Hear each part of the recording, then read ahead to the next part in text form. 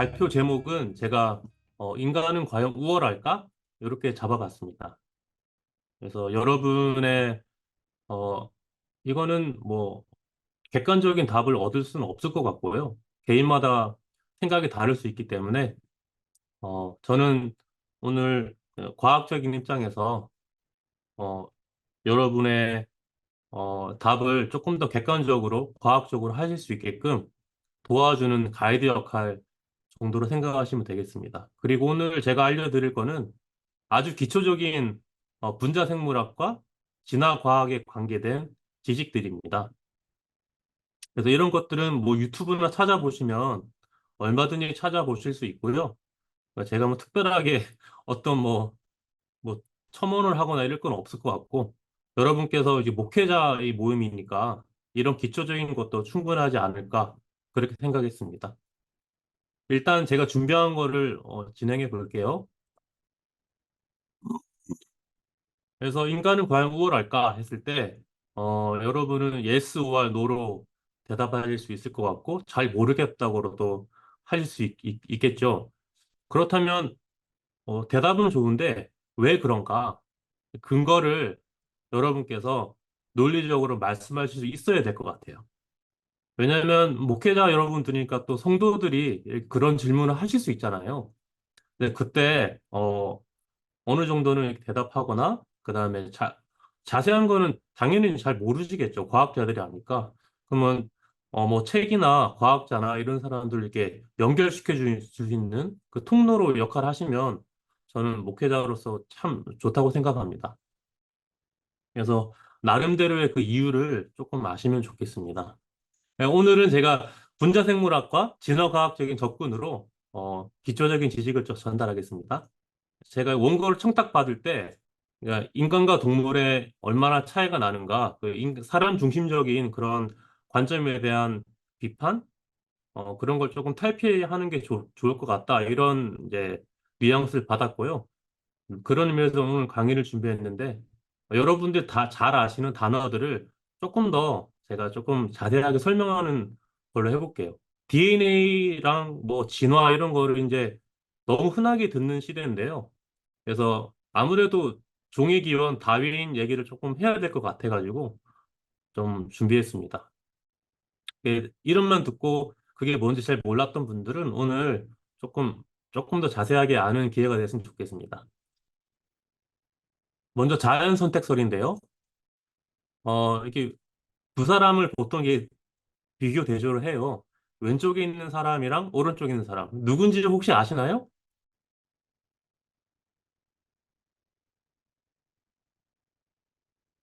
왼쪽은 잘 모르시겠지만 오른쪽은 다윈이잖아요. 그죠? 너무 익숙한 할아버지이시니까. 두 사람의 이제 이론이 있었어요. 그걸 자세하게 간단하게 설명해 볼게요. 다 중학교 때 나오는 그런 얘기니까요. 일단 기린의 목이 왜 길까? 이런 질문을 답을 하다가 이제 왼쪽에 있는 라마르크라는 사람은 어떻게 설명했냐면 처음에는 기린이 다 목이 짧았대요. 짧았는데 이제 낮은 키가 작은 나무에 있는 열매들을 이제 다 먹다 보니까 이제 경쟁이 있어서 이제 높은 곳에 있는 열매만 남잖아요. 그래서 목이 짧은 기린들이 열심히 이렇게 스트레칭을 해서 목을 길게 만들었대요.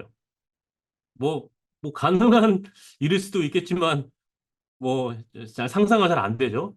그래서 세대를 거쳐가지고 계속 이렇게 노력을 해서 목을 길게 만들어서 이제 진화가 일어났다는 거죠. 뭐 이런 거예요. 그러니까 좀 말이 안 되지만 이 당시는 지금 뭐냐 19세기예요. 19세기.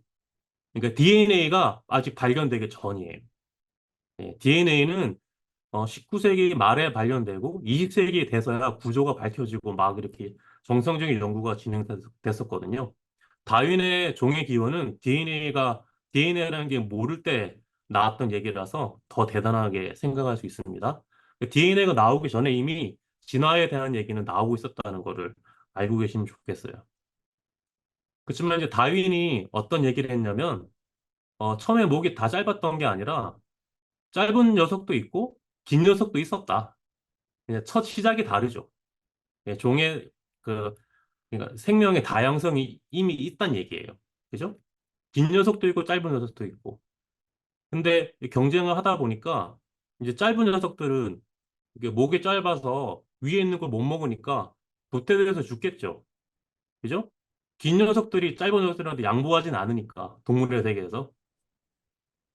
그래서 짧은 녀석들은 여기 그림에 보시면 알겠지만 여기 죽죠. 여기 죽고 큰 녀석들만 이제 살아남는 거예요. 이게 바로 자연 선택설이죠. 그죠? 어떤 환경에 적응한 놈들이 살아남는다. 적자 생존이라고 이게 잘 아시면 됩니다. 적자 생존은 언제든지 어떤 상황에서든지 강한 존재를 얘기하는 게 아니라 그 상황, 그 환경에 적합한 그 생명체를 얘기하는 거예요. 여기서는 목이 긴 기린이 가장 적자겠죠. 얘네들이 이제 자연스럽게 살아남게 되는 거예요. 그래서 처음에는 이제 작은 녀석, 큰 녀석들이 있었지만 점점 가면 갈수록 큰 녀석들만 이렇게 군집을 이루게 되는 거겠죠. 그죠? 짧은 녀석은 다 죽으니까 자연스럽게. 그게 이제 자연 선택설이에요. 그래서 왼쪽에 있는 건 이제 라마르크 용불용설이라는 얘기고 오른쪽은 다윈의 자연 선택설이죠. 그 자연 선택설이 왜 중요한가 했을 때 우리가 아는 진화라는 그 자연 현상이 진화는 뭐예요? 그 창조의 반대말이 아니죠. 그 그냥 자연의 현상이에요. 중력과도 같은 자연 현상. 예, 생명체는 다 진화 과정을 거치고 있는 거죠. 그래서 진화가 어떻게 일어났냐 했을 때 자연 선택으로 인해서 진화가 일어납니다. 이렇게 얘기하면 가장 정확한 답일 수 있습니다. 그래서 이 용불용설과 자연선택설의 비교 대조는 한 결론을 이렇게 만들어요. 그거는 획득 형질은 유전되지 않는다. 이게 약간 이렇게 유식한 말인데 획득 형질은 뭐냐? 이게 아까 말했죠. 막 목을 이렇게 길게 해가지고 노력하는 거, 획득하는 거 자기가. 뭐 김연아 선수도 열심히 노력해서 이 피겨 스케이팅 잘했잖아요. 그죠? 그렇지만 김연아가 만약에 어 딸을 낳으면 여전히 그걸 잘할까요? 그러진 않겠죠. 그죠? 자기가 노력한 거는 유전자로 바꿀 수 없어요. 그 말이에요. 획득 형질은 유전되지 않는다. 예, 그 말입니다. 그래서 그 다음에 이제 공통조상설. 이것도 여러분도 많이 들어보셨겠지만 여기 지금 1번 그림을 제가 보여드리고 있는데요. 이 그림은 틀린 거죠. 그죠? 예. 저기 뭐 가장 왼쪽에는 물고기부터 나와가지고 점점 육상으로 올라오는 듯한 그림이에요. 그죠? 그리고 있다가 네 발 달린 동물이 되고 그다음에 뭐 원숭이, 유인원, 사람 뭐 이런 식으로 되는 것 같은데 이런 단선적인 거는 진화를 설명할 수 없죠. 왜냐하면 종의 기원 다윈이 쓴 그 책에서도 이런 식으로는 한 번도 얘기한 적이 없어요. 다윈은 공통조사를 얘기했죠. 그죠? 조상이 무엇이냐? 이번 그림에 나오는 이게 다윈이 직접 그린 종의 기원에 들어간 그림이라고 해요. 이 그림이 제목이 이 나무처럼 생겼잖아요. 생명의 나무예요. Tree of Life래. 그래가지고 이 종이 이렇게 생기는 거죠. A, B, C, D, L까지 있는데 이런 이 종이 있다가 아니 생명이 있다가 계속 이 가지가 쳐나가면서 누구는 도태되고 죽고 그죠? 여기 보면 하나, 둘, 셋, 넷, 다섯, 여섯 개가 있는데 두 개만 살아남고 가운데 네 개는 도태돼서 다 멸종해서 죽는 거예요. 그죠? 두 개만 살아남아가지고 또 이 왼쪽에 있는 거는 하나, 둘, 셋, 넷, 다섯 개가 되고 네 개는 도태되고 한 개만 살아남아서 또 다른 가지를 쳐가고 그죠? 계속 가지를 쳐가면서 그 환경에 맞게끔 적자들이 계속 살아남는 거죠. 그죠? 자연 선택에 의해서 이게 이제 트리 오브 라이프입니다. 이게 실제로 진화가 일어나는 거예요. 자연 선택설이 잘 반영이 된 그림이 되겠죠. 그래서 우리가 관심 있는 거는 이게 사람이잖아요. 사람. 가장 가까운 현생하는 동물 중에 가장 가까운 게 침팬지라고 해요.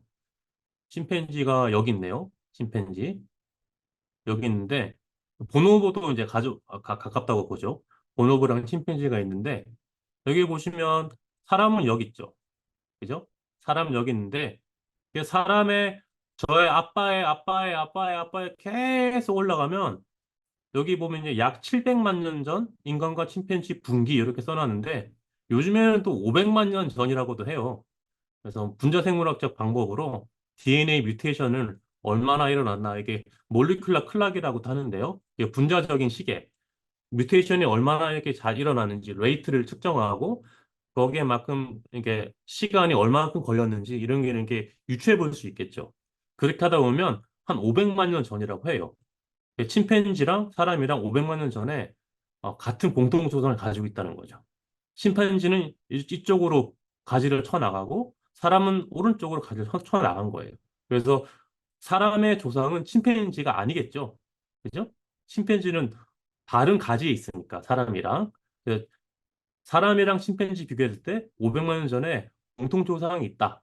거기서 침팬지가 가지 쳐나가고 사람이 가지 쳐나갔다. 이렇게 얘기를 해야지 정확한 진화를 이해한 거지. 위에 있는 1번 그림처럼 마치 침팬지가 사람의 조상이라고 이런 식으로 이해하면 안 돼요. 그래서 이런 게 공통조상이다.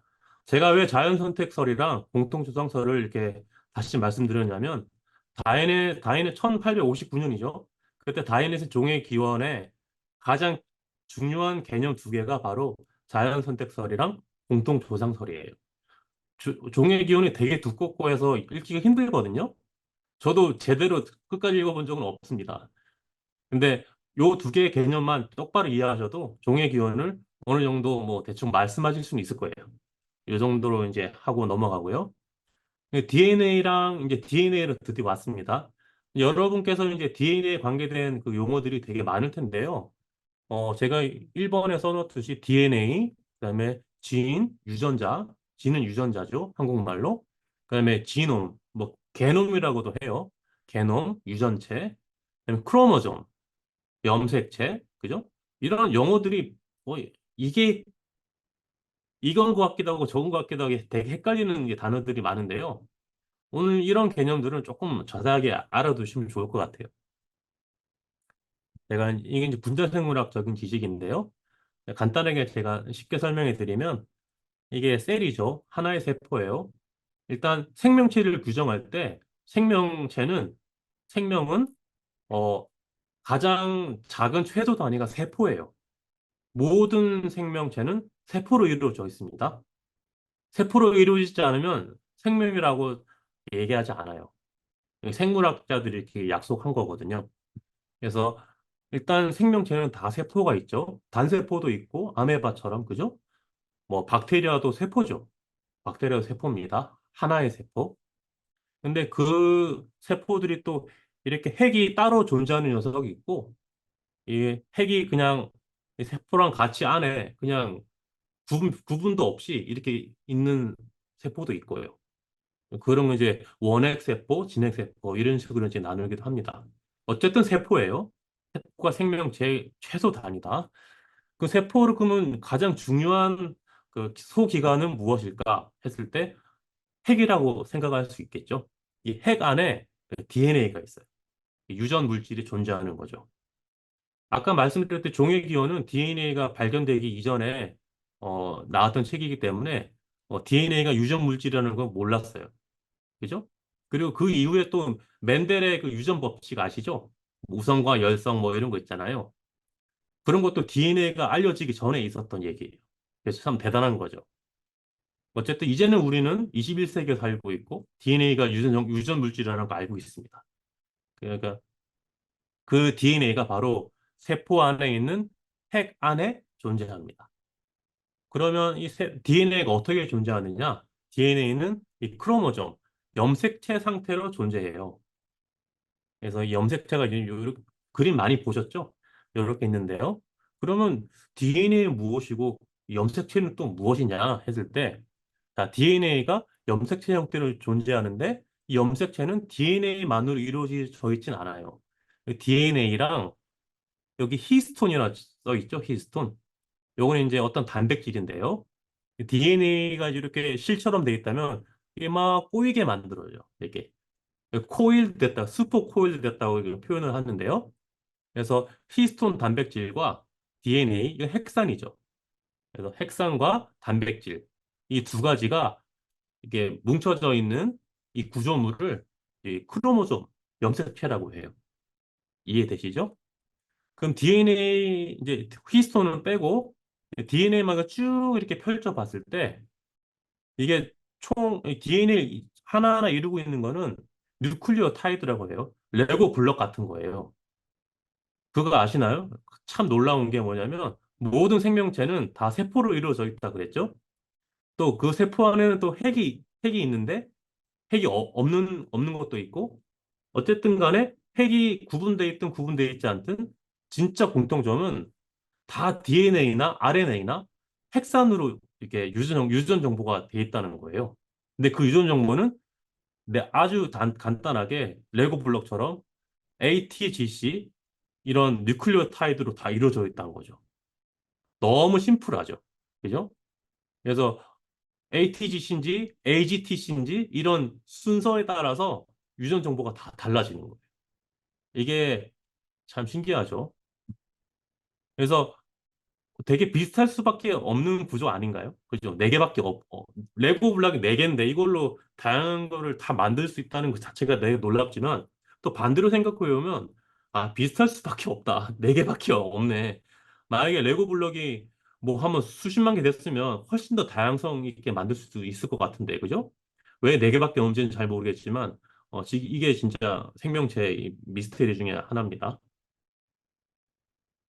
그래서 이렇게 돼 있고요. 이 DNA 이런 일단 우리가 사람에게 관심이 있으니까요. 사람 세포 하나에는 어, 총 60억 개의 뉴클리오타이드가 있대요. 총 염색체가 46개이신 건 아시죠? 46개.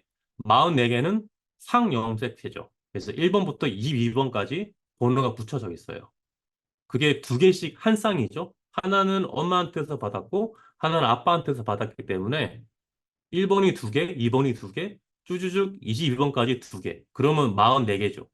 이게 상염색체고, 그다음에 이제 그 성을 구별하는 X냐 Y냐. 그죠? 그래서 아빠한테서 Y가 왔겠죠. 엄마는 Y를 안 가지고 있으니까. 그다음에 X는 엄마한테 받을 수도 있고, 아빠한테 받을 수도 있고. 그죠? 그렇게 해서 총 46개가 됩니다. 그 46개를 만약에 일렬로 쭉 늘린다면 한 2m 정도 될 거래요. 엄청나죠? 이 2m 되는 이런 것들이 세포가 우리 눈에 안 보이거든요. 현미경이 아니면 보이지 않습니다. 굉장히 작죠. 그 세포 안에 또 그 세포 안에 있는 조그만 핵 안에 그 2m가 응축이 돼 있는 거예요. 되게 놀라운 일이죠. 그게 유전 정보라는 거죠. 그리고 인간의 몸에는 이건 뭐 오차 범위가 있겠지만 약 37조 개의 세포가 있대요. 예, 엄청나죠? 그 안에 있는 DNA를 다 합치면 어마어마한 양이 될 겁니다. 자, 그러면 이 DNA를 2m 되는 DNA를 쭉 늘었을 때 우리가 말하는 유전자는 그럼 어디에 존재하는가요? 물어봤을 때 유전자는 전체 DNA의 한 1% 정도에만 유전자예요. 그 유전자가 그럼 무엇이냐 질문할 수 있겠죠. 유전자는 유전 형질을 전달하는 역할을 하는 거예요. 그래서 유전 형질이 무엇이냐? 다음 세대에서 비슷한 뭐냐 표현형을 나타내는 어떤 형질이라고 말할 수 있거든요. 보통은 이제 단백질을 코딩하는 그 DNA 어떤 부분을 얘기해요. 그래서 2m 정도가 쫙 있다면 1%는 얼마예요? 2cm 정도 되겠죠. 2cm가 한 곳에 몰려 있는 게 아니라 0. 몇 cm씩 이렇게 군데군데 박혀 있는 거죠. 총 46개의 염색체 중에 이렇게 군데군데 이렇게 박혀서 2cm 정도에 해당하는 것만 유전자예요. 그럼 나머지 98% DNA는 무엇이냐? 유전자가 아니라고 알고 있어요. 옛날에는 그거를 필요 없는 거 아니냐. 그 이제 필요 없다는 쓰레기나 뭐 정크 DNA다 이런 말도 썼었는데 요즘에는 그곳에서부터 마이크로 RNA 이런 거를 이제 발견해가지고 이제 되게 중요한 걸 알고 있죠. 그래서 실제로 침팬지랑 사람이랑 뭐 90 몇 퍼센트가 이제 99점 몇 퍼센트가 뭐 DNA 그 염기 서열이 동일하다느니 뭐 98%가 동일하다느니 그다음에 인간이랑 바나나가 50%가 동일하대요. 놀랍죠. 그래서 그런 것들이 이런 말 했을 때 여러분이 잘 들을 게 뭐냐면 그 염기 서열이 99%예요 하는 말은 이 지인에 해당되는 염기 서열을 얘기하는 거예요. 알겠죠? 그다음에 게놈의 염기 서열이 같다 그러면 전체 60억 개를 다 얘기하는 거죠. 그죠? 그렇지만 뭐 침팬지 같은 경우는 염색체 수가 48개예요. 사람은 46개인데 염색체 수가 다르기 때문에 이것도 정확하게 1대1로 비교할 수는 없겠죠. 그래서 대충 이렇게 했을 때 그, 그 수치를 환산할 때마다 다 방법이 다르기 때문에 다 오차 범위는 있습니다. 그렇지만 어쨌든 우리가 알아야 될 것은 침팬지는 우리랑 굉장히 흡사하다. 그래서 이 60억 개 뉴클리오타이드가 있는데 그중에 98% 이상인가? 다 똑같대요. 놀라운 거죠. 예, 그렇지만 사람은 그럼 왜 다른가 했을 때 이제 이것만으로 설명할 수가 없는 거죠. DNA만 봤을 때는 진짜 침팬지랑 우리랑 뭐 기능 한두 개만 차이가 나야 될 것 같은데 너무 많이 다르잖아요. 그렇기 때문에 우리는 99%나 8% 같은 점에 주의하지 않고 나머지 다른 1%, 2%로 인간의 우월성을 계속 설명하려고 많은 책에서도 노력하고 있죠. 그게 우리의 사상과 이 생각이 돼가지고 그런 눈으로 자꾸 우리 보고 있는 거고요. 그래서 동물을 이렇게 혐오한다거나 좀 하등하게 본다거나 이런 시선들도 다 그런 사람 중심적인 관점에서 나오는 거라 생각해요. 오늘은 여러분이 이제 제 이야기 이렇게 들으시면서 그런 것들이 사람 중심적인 관점이었구나. 그거를 알게 되시면 좋겠습니다. DNA는 가만히 있지 않아요. 이게 이제 세포가 하나가 두 개가 되고 두 개가 네 개가 되고 이렇게 자꾸 세포 분열을 일으키잖아요. 그죠? 왜냐면 우리 사람도 마찬가지로 엄마로부터 온 난자 하나랑 아빠로부터 온 정자 하나. 그죠? 그 두 개, 23개의 염색체를 가지고 있는 정자랑 난자가 이제 만나가지고 수정란을 만들죠. 그죠? 그래서 총 46개 염색체가 다시 되면서 하나의 또 세포가 되는데요. 정자도 하나, 난자도 다르지만 1 더하기 1은 2가 아니라 1이죠. 다시 이제 핵융합이 일어나기 때문에 이제 수정란은 하나의 세포예요. 우리는 전부 다 단 하나의 세포에서 다 시작했죠. 사람은. 그래서 우리는 하나님이 창조했다고 믿지만 실제로 발생한 거죠. 그죠? 수정란에서 다 만들어졌습니다. 우리가 하나님이 진짜 흙으로 만들어졌나요? 그렇게 하는 건 이제 우리 믿음의 고백이죠. 그렇지만 생물학적인 이런 눈에 보이는 이런 거를 우리가 무시할 수는 없잖아요. 그래서 우리는 발생도 하나님의 창조의 방법이다. 이렇게 믿는 게 이게 진화론적 창조, 이런 걸 이제 생물학적으로 보는 관점이라고 볼 수 있겠습니다. 세포가 분열할 때는 뭘 해야 되겠어요? 유전 정보를 전달해야 되니까 DNA를 먼저 두 개로 불려야 되겠죠. 그죠? 46개가 있다면 총 얼마예요? 92개인가요? 92개로 만든 다음에 다시 똑같이 이등분해야지 46개, 46개 가질 수 있잖아요. 상식적으로는 그렇죠. 우리의 모든 세포가 46개 염색체를 가지고 있으니까 그 세포 분열이나 위해서 먼저 DNA에 복제가 필요합니다. 그 복제할 때 어, 뮤테이션이 생겨요. 뮤테이션이 한국말로는 변이, 돌연변이 이렇게 하죠. 돌연적으로 변이가 생겼다. 그게 돌연변이에요. 갑작변이라고도 해요. 그래서 뭐 변이에요, 변이. 이게 뭔가 잘못하는 거죠. 그래서 60억 개가 있다고 말씀드렸죠. 60억 개가 있는데 이제 일단 DNA 돌연변이는 크게 세 가지로 설명할 수 있어요. 이렇게 돼 있는데 원래는 이게 여기 뮤테이션이 일어나기 전에 이게 이제 정상적인 DNA라고 쳐요. 지금 A, B, C는 뭘 보여주냐면 A는 삭제, 어떤 뉴클리오타이드가 없어질 수가 있어요. B는 추가, 그죠? 갑자기 뭔가가 새로운 뉴클리오타이드가 추가돼가지고 DNA 염기서열이 바뀔 때도 있어요. 그다음에 치환, 그죠? 다른 뉴클리오타이드로 이렇게 바뀌는 거예요. 그래서 크게 봐서 이 세 가지의 이게 돌연변이로 이렇게 돌연변이 일어난다. 이런 걸 이제 아시면 좋겠고, 그게 이제 왜 중요하냐면 세포 분열할 때 DNA를 복제한다고 말씀드렸죠. 근데 정상적인 세포 분열에도 우리가 우리 몸은 실수를 하게 돼 있어요. 그래서 여기 보시면 알겠지만 복제 에러라고 제가 써놨죠. 10의 5승분의 1, 10만 개죠. 원래는 10만 개당 하나씩, 뉴클리터 하나씩 이렇게 실수를 하게 되기 때요. 그렇다면 60억 개인데 한 번 세포 분열할 때마다 엄청난 뮤테이션이 생기겠죠. 이렇게 되면 중요한 유전자가 뮤테이션 생겨버리면 이제 세포가 분열하지 못할 수도 있고 그러면 개체가 만들어지지 않고 죽을 수도 있잖아요. 그죠? 그래서 우리 몸은 그거를 이렇게 수정하는 메커니즘을 가지고 있어요. 과학 생물학적으로 밝혀낸 게 크게 두 가지가 있는데 하나는 프루프리딩.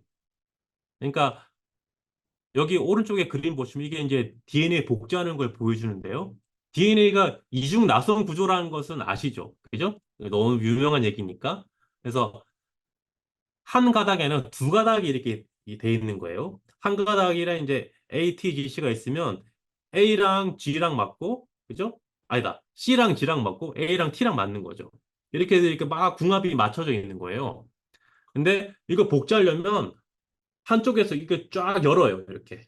열어야 되겠죠? 열면서 이게 이제 열린 그림이에요. 여기 오른쪽에 있는 그림이, 그 우측 상단에 있는 그림이 그두 가닥을, 근데 그 열린 한 가닥, 한 가닥, 한 가닥을 다시 두 가닥으로 만드는 거죠. 그죠? 그러면 이제 복제가 되겠죠. 예, 그런 방법은 자세한 거는 이제 좀 어려우니까 넘어가고 뭐 이런 식으로 복제가 일어나요. 그래서 에브리 뉴클리오타이드를 다 복제를 해야 되는 거죠. 60억 개를 다. 이거 엄청난 속도로 일어나는데 그게 우리 몸에 한 시간 정도면 다 복제가 된대요. 한 세포 60억 개 뉴클리오타이드 한 시간 만에 다 복제를 한대요. 근데 항상 실수가 있다는 거. 그래서 그첫 번째 프루프리딩 이거는 여기 왼쪽에 아래 왼쪽에 보시면 있는데 이게 이게 위에 걸 볼게요. GGTAGT 그다음에 G랑 맞는 거는 C여야 되겠죠. C인데 잘못해가지고 T를 넣은 거예요. 여기 실수를 했다는 얘기죠. 그러면 바로 실수했다는 거 알아채가지고 우리 몸이 T를 다시 제거를 해요. C를 가지고 오는 거죠. 이게 이제 프루프 리딩이에요. 우리가 책 읽을 때도 나중에 이제 실수했나 안 했나 뭐 이렇게 프루프 리딩 하잖아요. 논문 내기 전에도 그렇게 하고 그런 역할을 한다는 거죠. 그것 때문에 어 100배 확률이 뭐 줄어듭니다. 에러 확률이. 그래서 10의 7승분의 1로 줄어든대요. 그다음에 또 다른 메커니즘은 이제 미스매치 리페어라고 불일치 복구라고 있어요. 이미 실수를 프루프리딩 할 때 이걸 프루프리딩 100% 정확하지 않잖아요. 실수를 해가지고 그냥 다 복제해 버린 거야. 나중에 근데 이게 쭉 다시 한번 이렇게 설칭하다가 여기 잘못됐네 이걸 인식하게 되는 거예요. 인식하게 되고 이만큼을 드러내고 새로운 걸 갖다 넣는 거죠. 이게 미스매치 리페어예요. 이런 게 우리 세포 안에서 자동으로 일어나고 있다는 거예요. 그래서 크게 이 두 가지 방법으로 인해서 결국은 10억 분의 1 확률을 대폭 낮춥니다. 그래서 10억 분의 1이라면 우리 몸이 총 60억 개라 그랬죠. 보통 한 세포가 이게 두 개의 세포로 분열될 때 똑같은 세포냐? 아니라는 거죠. 적어도 한 평균 6개 정도의 뉴클리오타이드가 실수로 잘못 이렇게 폐허가 되는 세포가 생긴다는 거예요. 그런데도 불구하고 우리 몸은 잘 작동하고 있잖아요. 왜 그럴까요? 왜냐하면 아까 말씀드렸듯이 진짜 중요한 유전 형질을 나타내는 유전자는 전체의 1% 정도에 불과하거든요. 2m 정도의 2cm 정도만 되게 중요한 건데 이 뮤테이션은 랜덤하게 일어나죠. 아무 때나 일어날 수 있는 건데요. 하필 그게 되게 중요한 만약에 눈을 만드는 어떤 중요한 유전자, 그 눈을 만드는 단백질을 코딩하는 그 진 부분에 뮤테이션이 일어났다면 그 사람은 눈에 문제가 올 수 있겠죠. 그러나 확률상 99%는 다 유전자가 아닌 부분에 뮤테이션이 일어나겠죠. 그죠? 그래서 이제 괜찮은 거예요. 어쨌든 우리가 클론이라고 하는데 어떤 세포가 두 개 분열할 때 유전 그 게놈 시퀀스는 100% 같지는 않다. 언제나 실수가 일어난다. 근데 그 실수가 굉장히 이제 운이죠. 어떻게 보면 랜덤하게 일어난다는 거. 예. 그냥 99%는 전부 다 어, 그렇게 중요하지 않는 프로테인 그 단백질 코딩하지 않는 부분에 일어난다. 그래서 뭐 괜찮다. 우리 몸은 그렇게 하시면 됩니다. 제가 이렇게 쭉 설명했는데 이거 왜 이렇게 제가 말씀드렸냐면 이 결론이라고 볼 수 있는데요. 제가 읽어볼게요. 정상적인 복제 과정에서도 에러가 항상 생긴다.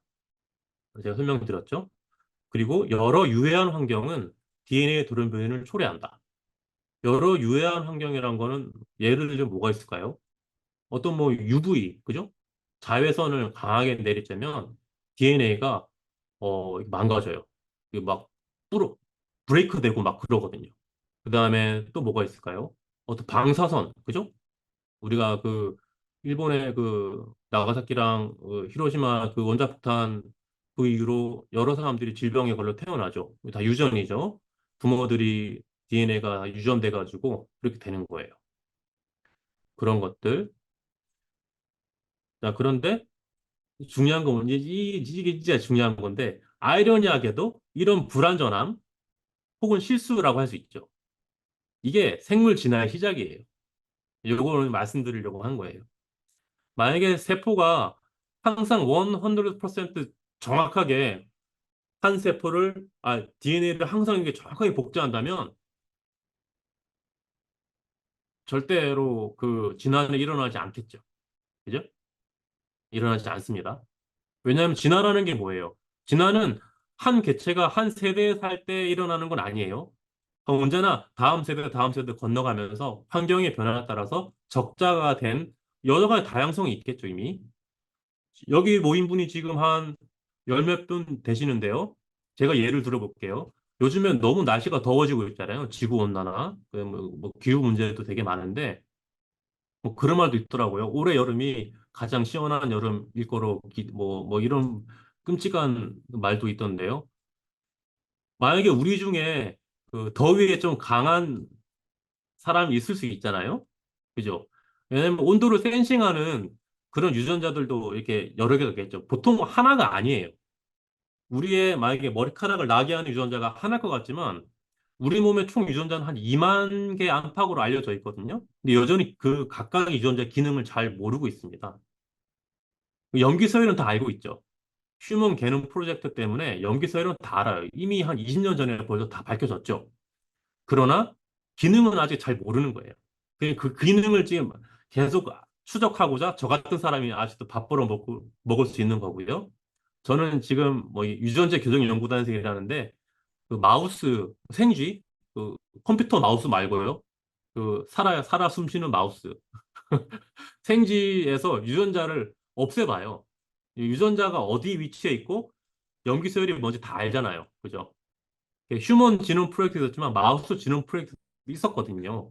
비슷한 시기에 다 완료가 됐어요. 그래서 어디에 어느 유전자가 있는 거 알기 때문에 그 유전자를 이렇게 딱 타겟해가지고 제거를 해봐요. 그러면 이제 그 유전자 발현을 안 하는 마우스가 만들 수 있겠죠. 그게 이제 유전자를 낙아웃한다. 권투에서 이게 낙아웃 하잖아요. 그래서 유전자를 낙아웃하면 이제 발현을 안 하는 거예요. 만약에 그 유전자가 뭐 눈을 만드는데 중요한 유전자였다. 그러면 태어났을 때 그 마우스는 뭐 눈이 없다거나 눈이 뭐 실명이 됐다 있는데 뭐 기능을 못 한다거나 이런 식으로 알게 되겠죠. 그래서 이렇게 만들면서 이 유전자가 여기에 중요한 역할을 했었구나 이렇게 거꾸로 학습하면서 알게 되는 거예요. 연역적이지 않죠. 다 균합적이죠. 그러니까 저 같은 경우에 삽질을 하면서 여러 유전자를 막 이렇게 낙가운 마우스 만들고 이 표현형을 보고하면서 이 유전자가 이런 기능을 했구나 이렇게 알 수 있는 거예요. 어쨌든 그런 뮤테이션이 이제 저 같은 사람은 이렇게 타겟팅 해가지고 하지만 자연적으로도 일어날 수 있다. 그죠? 제가 방금 설명드린 그 슬라이드로 이제 유추해 봤을 때 자연스럽게도 랜덤하게 일어나기 때문에 그게 하필이면 눈을 만드는 유전자에 돌연변이 생길 수도 있겠죠. 자연스럽게. 예. 왜냐면 그 우리 주위에는 암에 걸리는 사람도 있죠. 암이 뭐 환경이랑 유전적인 원인이랑 두 가지가 다 있을 수 있는데 유전적인 원인으로 생긴다면 보통은 가족력을 보죠.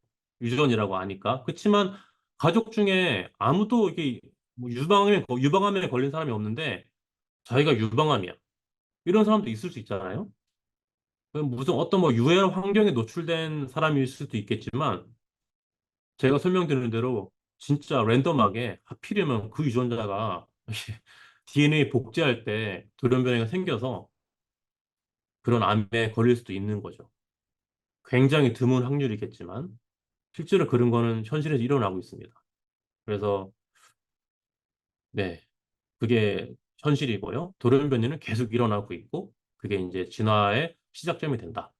그렇게 하다 보면 우리 중에 아까 말씀드렸지만 온도에 강한 사람이 있다 칩시다. 그러면 이제 한 10년 뒤에 우리 지구 온도가 1.5도 높아졌어요. 1.5도 높아지면 지구 생명체의 50%가 다 멸종한다네요.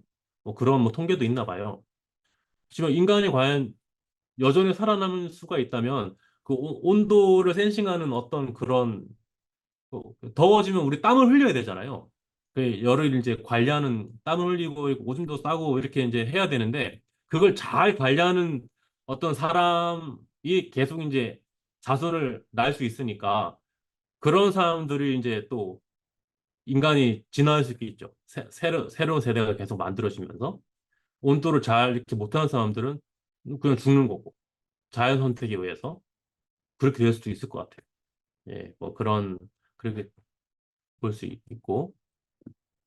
그래서 오늘은 이제 마지막 페이지인데요. 인간은 과연 우월할까 했을 때, 첫 번째, 이제 제가 그 과신대 뷰에 기고했던 글을 베이스로 해서 이제 설명드리는 건데요. 예, 생물 분류도라는 게 있어요. 여러분 중학교 때 다 배우셨겠지만, 종속, 과목, 관문계, 역, 이런 거 배우셨죠.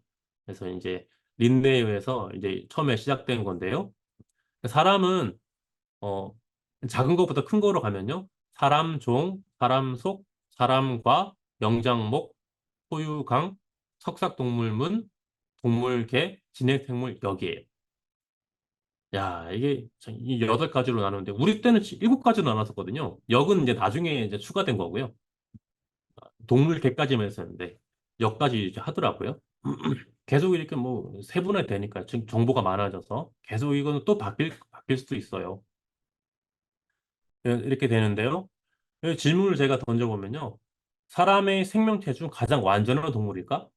네, 이런 질문을 할 수 있어요. 그래서 인간의 우월성을 무조건적으로 이렇게 당연히 우월하지 그리고 뭐 질문이라고 해? 이런 사람도 있는데 일부에 답을 해보면 아니다. 왜냐하면 현생화된 모든 생명체는 완전해요. 아까 제가 진화 그림이 있죠. 잘못된 그림. 뭐 참고로 올 초에 그 뭐 유신 진화론가의 뭐 대화인가 뭐 그런 책이 나온 적이 있죠. 그 책에서도 그 표지에 대문자각에 이제 그 잘못된 그림을 실어가지고 참 낯뜨거웠는데 아 뭐 그게 여전히 한국 그 기독교 현실인 것 같아요. 좀 안타깝기도 하고 뭐 그런데 어쨌든 그 잘못된 거죠. 거기 나와 있는 가에 원숭이가 있고 침팬지가 있고 그렇다면 원숭이는 절대 사람이 되지 않아요. 침팬지도 절대 사람이 되지 않습니다. 그 원숭이가 그러면 나중에 침팬지가 되고 침팬지가 좀 더 기다리면 사람이 될까요? 안 돼요. 왜냐면 이미 공통점에 가지가 쳐 나갔잖아요. 그죠? 그렇기 때문에 절대 그런 일은 없습니다. 그래서 아까 말씀드린 단선적인 진화, 뭐 단계적, 계단적이라는 말도 쓰고 그런 진화가 아니라 나무 형태로 계속 장가지를 쳐나가는 게 진짜로 일어나는 진화 메커니즘이 되겠습니다. 그래서 현재 존재하는 원숭이나 심지어는 박테리아, 아메바, 멸치, 뭐 이런 것도 다 완전한 생명체예요. 그들이 뭐 좀 있다고 해서 멸치가 뭐 저기 뭐 망둥이가 되거나 뭐 이러진 않습니다. 멸치는 멸치로 있는 거겠죠. 완전한 생명체입니다. 근데 우리가 완전하기 때문에 각 생명체들을 다 존중할 이유가 있는 거예요. 우린 곧 하나님이 창조했다고 믿고 있고요. 진화론적인 관점에서는 어떨까요? 사람이 가장 진화한 동물일까요? 제가 기구한 글에도 썼지만 진화라는 그 개념 자체를 설명할 수 있는데 누가 가장 진화했을까? 이렇게 했을 때는 참 대사하기가 난처해요. 그죠? 분자 생물학적인 이 어프로치가 없다면 진짜 답하기 힘들거든요. 근데 분자 생물학 때문에 솔직히 침팬지랑 사람이 분기된 게 500만 년 전이라는 걸 알게 된 거예요. 아까 제가 잠시 말씀드렸듯이 그 분자 시계, 몰리큘러 클락, 뮤테이션이 아까 말씀드렸죠. 계속 세포 분열할 때마다 변이가 생긴다고요. 그죠? 그러면 세포 분열을 많이 하고 많이 했다는 얘기는 많은 세대를 거쳤다는 얘기고 그럼 더 많이 진화를 할 가능성이 높겠죠. 그죠? 계속 오래 살아왔으니까. 그래서 돌연변이 수가 많으면 많을수록 더 많이 진화했을 것이다. 이런 추론이 가능하겠죠. 그렇게 그 추론이 만약에 뭐 물론 그것만으로 진화를 많이 했다고 정의할 수는 없겠지만 만약에 그거를 설명으로 이렇게 받아들인다면 침팬지는 233개, 사람은 154개 이렇게 변이 개수가 측정된 적이 있습니다. 예, 실제 논문에 몇 년 전에 보고가 됐고요. 그렇다면 침팬지가 사람보다 더 진화한 동물이라고 말할 수 있잖아요. 그죠? 그렇지만 우리는 그렇게 생각하지 않죠. 그래서 그거는 그렇게 함부로 말할 수 없는 거고요. 그래서 사람이 가장 진화했기 때문에 뭐 우월하다. 이런 명제는 틀린 명제입니다. 생물학적으로는 틀린 명제예요. 왜냐하면 가장 진화했다는 거를 이렇게 증명할 수가 없기 때문에. 그다음에 사람이 가장 진보한 동물일까? 여러분, 이게 많은 사람들이 헷갈리는 것 중에 하나가 진화랑 진보랑 같은 개념이라고 생각하는 거예요. 그죠? 근데 진보는 뭐예요? 솔직히 다윈의 진화 그 종의 기원에서도 초판에는 그 진화라는 단어 이볼루션이죠. 이볼브가 뭐예요? 뭔가 앞으로 이렇게 계속 나아진다는 그런 진보의 그 뉘앙스를 가지고 있는 거거든요. 그래서 일부러 다윈은 이볼루션이라는 단어를 안 썼대요. 그래서 그 놀라운 일이죠. 우리는 다 진화론 이게 시작의 종의 기원이라고 보는데 뭐 다윈이 진화라는 단어 안 썼다고? 예, 안 썼어요. 그래서 이제 책은 자연 선택설로 인한 종의 다양성 뭐 그런 걸 이제 강조하는 책이거든요. 그래서 진보는 방향성이 있죠. 그죠? 뭔가 하등에서 고등으로 간다는 뭐 이렇게 좀 더 나아진다는 그런 방향성이 있는데 진화는 방향성이 없습니다. 그래서 진보의 반대말이 뭘까요? 퇴보겠죠? 진화 결과 퇴보가 일어날 수 있는 거예요. 그죠? 랜덤하기 때문에 그 환경에 맞춘 적자는 다른 환경에서는 그 사람이 그 적자가 적자가 아니었을 수도 있겠죠. 그죠? 그래서 진짜 우연의 산물인 거예요. 지금 지구가 이렇게 말이 이렇게 많이 역사가 오래 지나왔고 이런 환경, 이런 온도, 이런 산소 포화도 이런 거 있기 때문에 사람이 지금처럼 생태계 가장 꼭대기에 있을 수 있었던 거죠. 그죠? 만약에 환경이 바뀌었으면 아니었을 수도 있어요. 네. 그래서 이제 진화는 진보랑 다르다. 그래서 진보라는 개념만 봤을 때는 인간이 가장 진보한 동물이라고 말할 수는 있겠죠. 그죠? 뭔가 두뇌를 쓸 수 있잖아요. 그죠? 네, 그게 이제 뭔가 가장 차이점이고 다른 관점, 사람 중심적이지 않은 관점 했을 때는 제가 그 과신대 뷰 기고글에 썼지만 만약에 우리가 지금 우리 한 명이 저기 사바나에 이렇게 있다면 우리는 뭐 몇 분도 못 버티고 뭐 사자한테 뭐 죽든지 뭐 살아남지 못하겠죠. 그죠? 달려봤자 뭐 그잖아요. 뭐 싸워봤자 달려봤자 숨어봤자 다 죽는 거죠. 네, 그런 거 봤을 때는 사람이 과연 우월하다고 말할 수가 없겠죠. 그래서 우리는 항상 뭐 저기 뇌의 발달과 사고 능력 여러 거 의지하는데 이런 걸 의지해서 우리는 직립보행도 했고 그죠? 직립보행 하니까 손이 자유로우니까 도구를 만들었잖아요. 그죠? 그러면서 이제 도구도 만들고 도구를 만들었다는 얘기는 그거로 자기보다 힘세고 빠른 동물들을 제어할 수 있게 된 거죠. 예, 그렇게 발달된 거죠. 그래서 인간이 우월하다고 말할 수는 있겠지만 그건 생물학적으로 절대적인으로 말할 수는 없고, 만약에 뭐 지능적인 면에서 말한다면, 그거는 뭐 참이라고 말할 수 있을 것 같아요. 그래서 어떤 관점에서 볼 때 우월하고, 이런 관점에서 볼 때는 진짜 열등해요. 이렇게 말하는 게 좀 객관적인 답일 수 있겠습니다.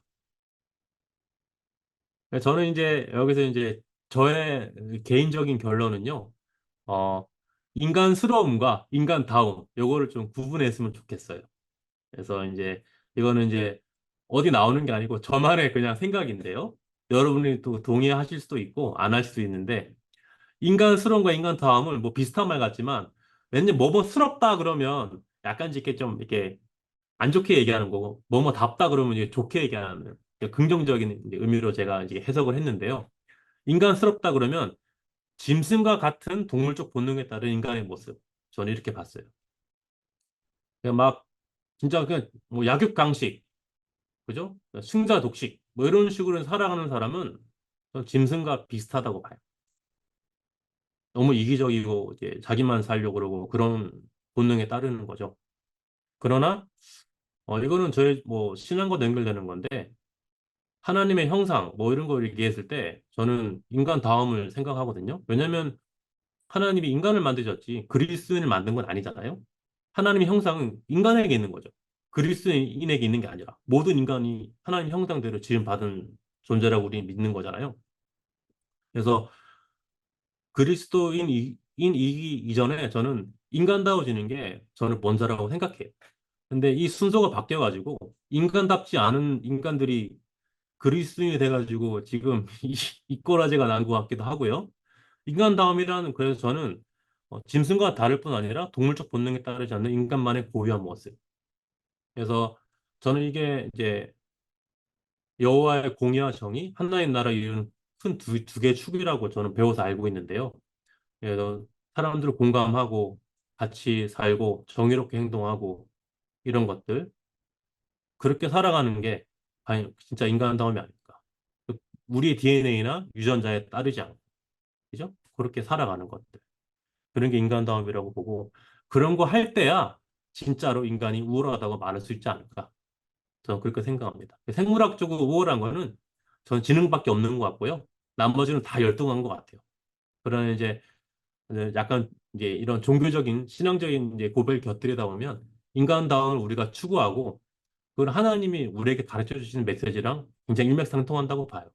그리고 인간다움을 추구할 때 가장 그리스도인이 될 수 있고 가장 인간다운 인간, 원래 인간, 그죠?